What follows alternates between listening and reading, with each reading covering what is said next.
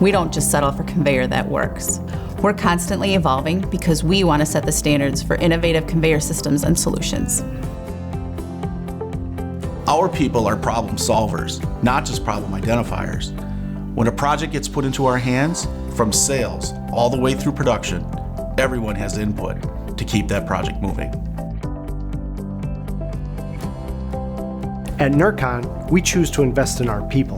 We want our people to care about their careers and strive to be the best they can be through continuous education. While Nercon does invest heavily in equipment and technology, it's that fully invested employee who brings their skill and motivation to work every day and uses that equipment and technology to create the best solutions possible for our customers.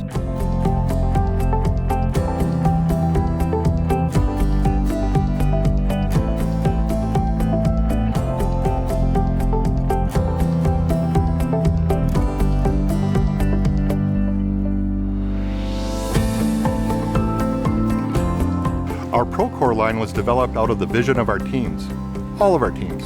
Of course, our engineering and R&D teams, they develop the physical product, but that's only a part of the story.